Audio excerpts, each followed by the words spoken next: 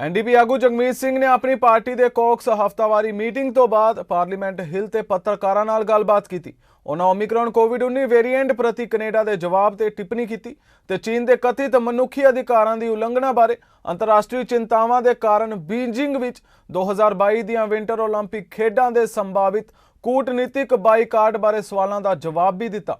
I want to start off with just some comments around Omicron.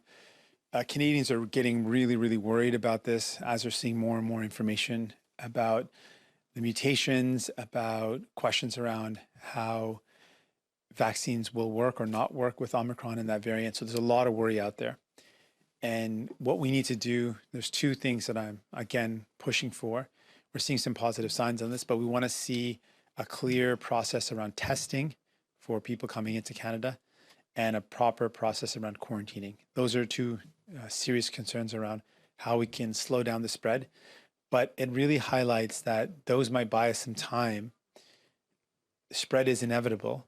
And the only way we can fight it truly is to make sure we vaccinate the world. And the most important tool in doing that is to waive the patent protection.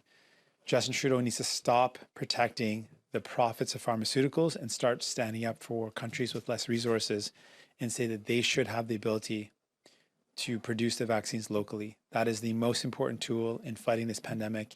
It is a global pandemic, which means we need to fight it globally. And to do our part means supporting countries that want to produce this vaccine locally and be able to produce it domestically. To do that, we need to waive the patent protection. I think there's been some serious concerns raised around the security of folks, given some of the recent news out of not recent in terms of just this week, but for the past period of years, are concerns around human rights violations, concerns around suppression of freedom of speech, and those concerns definitely raise questions about the safety and security of our athletes. And I think some of those questions are legitimate questions. So I want to see our athletes safe and not in any risk, and that's my primary concern.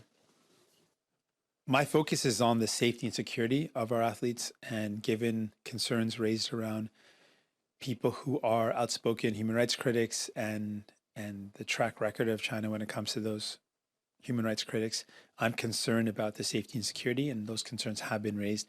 And I think that's where my focus is. I want to see that addressed.